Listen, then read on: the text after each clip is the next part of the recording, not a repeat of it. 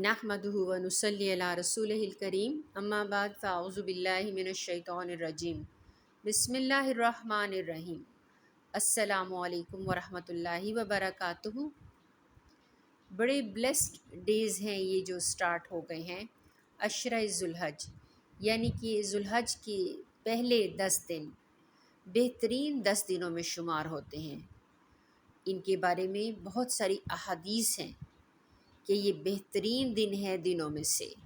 کہ نبی اکرم صلی اللہ علیہ وسلم نے فرمایا ان دنوں کے عمل سے زیادہ کسی دن کے عمل میں فضیلت نہیں۔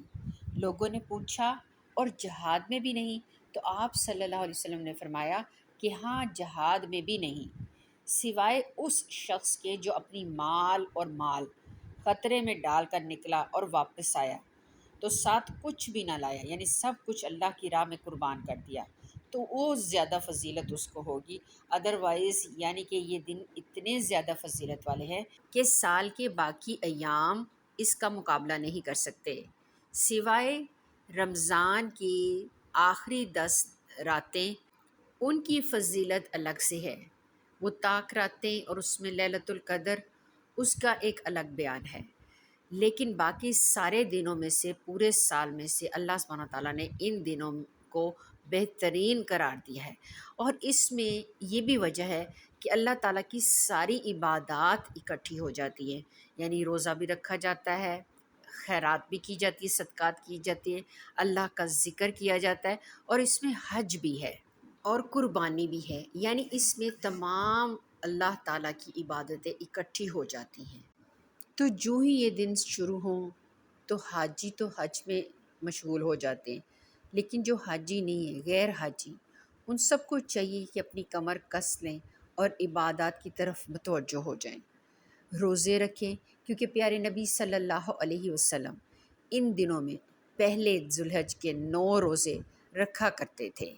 کیونکہ امہات المومنین میں سے ایک کا بیان ہے کہ رسول اللہ صلی اللہ علیہ وسلم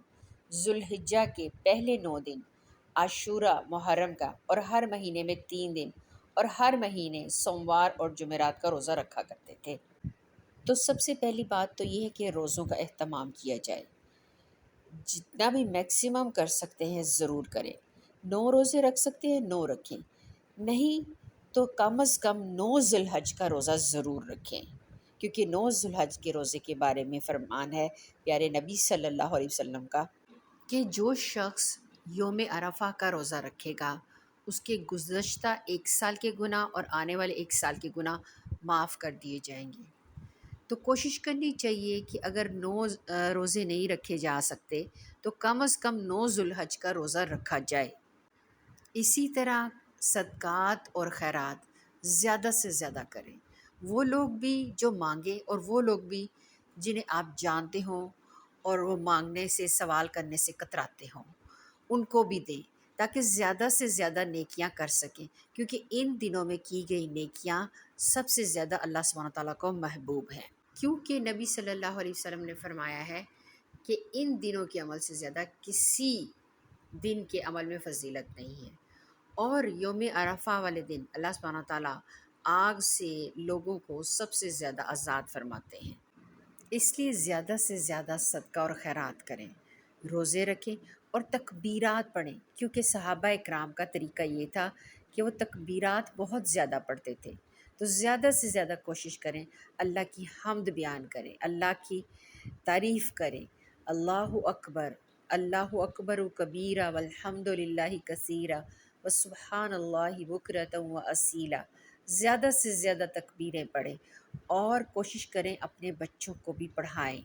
زیادہ سے زیادہ ان دنوں کو ایسے گزاریں کہ ہر لمحہ عبادت میں تصور کیا جا سکے، کیونکہ جناب رسول اللہ صلی اللہ علیہ وسلم نے ارشاد فرمایا عشرہ ذوالحج سے بڑھ کر کوئی دن اللہ کے ہاں